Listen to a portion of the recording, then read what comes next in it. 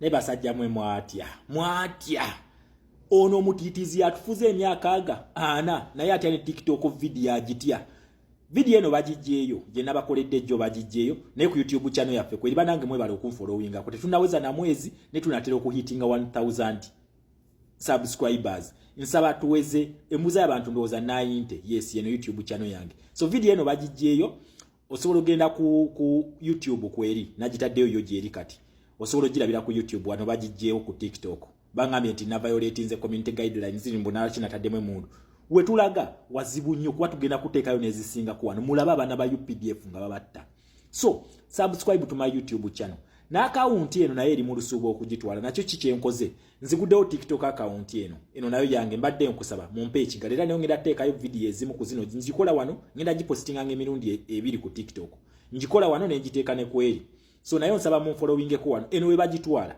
tetugenda kuzikiza swage bate nagwa byate bikomye okitegera tuba tukyeyongerayo Kagame bamutadde mu koti ya African Court of Justice bakataddeyo nenda bagambe ebintu bino byonna byonna ebituuka ku Kagame sija Kagame yika ne Museveni abiri mu kubanga tukimanyi Kagame ne Museveni bali bati mukutta abantu bali bati mukubba bali bati okitegera mu butemu bali bati njagala mujjukira nti Uganda eno we yakyuka Kagame yava Uganda n'agenda e Rwanda n'akolayo genocide n'amala n'amajinga nga hero ne ku genocide yennyini gye yakola so Kagame kano bakatutte mu African Court of Justice banange embeera mbi ku Kagame ne Museveni mulaba oyo falo oyo byali mu kubyetii byako mu Uganda balaga nti akyali n'amaanyi bi government biba bigwa bwe bitwe bakola bateekako ekifaananyi kungulu okulaga public nti buli kimu kiryokke nenga in actual sense bakulimba era nakugamba nti oba oyagala okukakasa okugwa kwa Museveni nti kuli mu kugenda maaso kuli mu progress va mu system ye gy'abakuumiddemu ey'obulimba n'obufere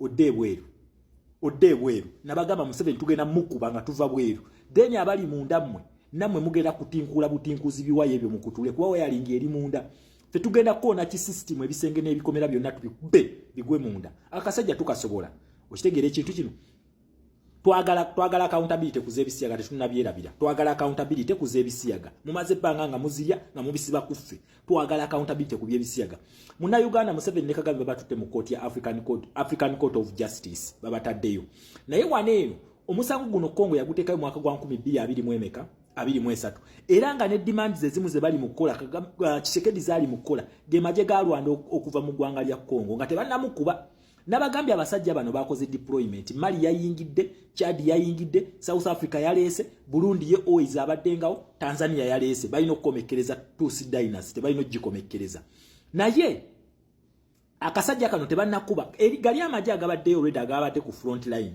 ge gali mu kuba UPDF ne Kagame bano bo tebannalumba bonna bakyali mu Kinshasa amaje gonna agatuuka gabeera mu Kinshasa eyo tebannakola move neji nemu kyovudola babayekera ba Museveni ne Kagame bagenze mu kampu ne batta abantu abamu abala ne bagamba baddeyo maka gaabwe lwaki abayekera bano bakozesa human shield bekweka mu bantu ne bajja ne beefula mbuno balwanyi kati bategedde nti Goma bagenda kujocha ne bagenda mu nkambi ne bagamba abantu baddeyo mu mayumba gaabwe okitegera baagala kudduka kijja kuba bakimanye ekijja kati babadde nga bakozesa bantu so kano kafala ka Museveni tekaddamu kubalimba tukasobola eyo stress gyalina Kyagulanyi nabagamba yamunyige pesa liri lyennyini kyonna ekive Kongo kyaffe ekyagenze mu African Court of Justice kyaffe ensonga yonna eya Kongo etambulira ku Uganda kubanga eri ku Kagame straight ekintu ekiri ku Kagame direct kibeera kitambula ku Museveni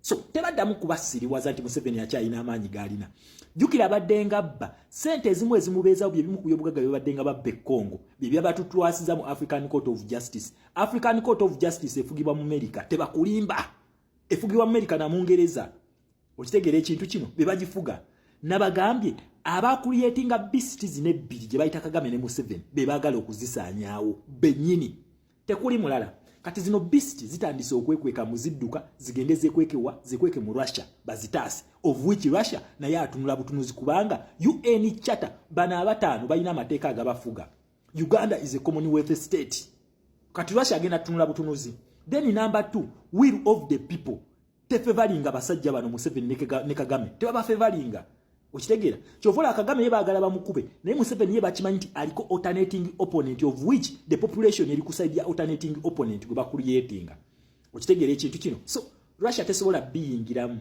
However, communists they are oba boba dictator bano Putin ne Xi Jinping ba dictator naye bayina police bafuga bagiyita UN Charter. UN Charter eno ekolera ku human rights. Abantu bagamba ki?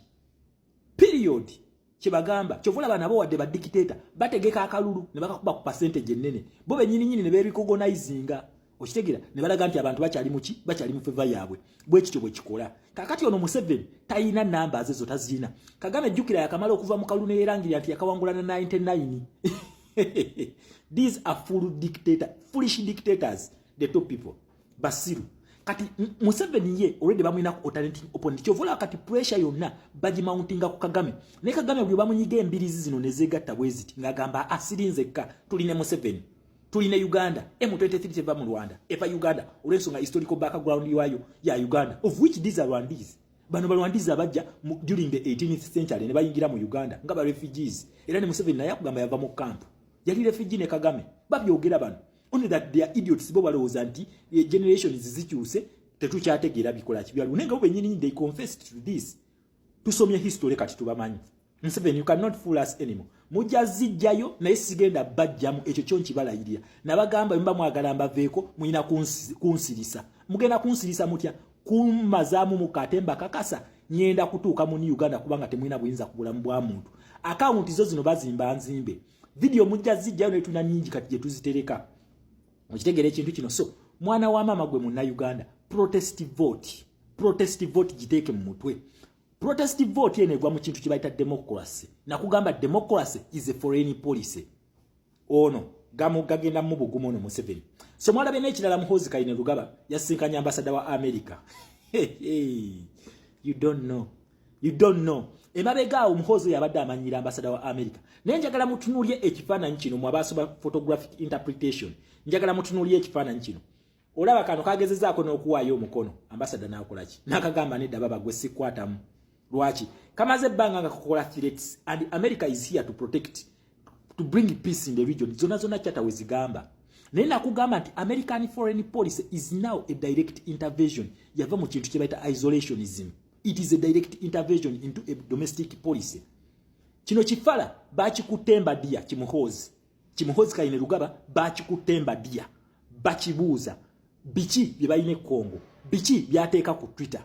Okitegera relationship y'amaje n'omuntu wa bulijjo eyimiridde etya bye babadde Muhoozi bye bamubuuza teba kulimba nga Daily Monitor weekugaba musimanyi Muhoozi Kainerugaba ne ambassador wa America babadde bazaawo nkolagana teri nkolagana gye babadde bazaawo teriiwo bakulimba abantu bakolagana abazaawo nkolagana batunula bwe bati weetunuulira ono naawayo mukono linagano gukwatamu bwana babayira bazaawo nkolagana mukulu temugenda kutusiriwaza kuba kati tutegeera research tumukoze tumanyina biche bigenda maaso munna Uganda nakugambye ebintu byayononekedde dono omubbi ne family ye n'akabinja keke yakola e Rwanda Kagame bamuli bubi. So kati talina wagenda tunyigiriza agenda kuyitawa Somalia bamugobayo mu AMISOM mission bagimugobamu mu Ethiopia bamugobyeyo okitegeera bamugobye mu Ethiopia e Rwanda yabadde asubira okujja ba commandos egenda kutokota already bamulina okitegeera bamufunziza mu Congo gyabadde basente kati ziririddawa America ezijjemu enta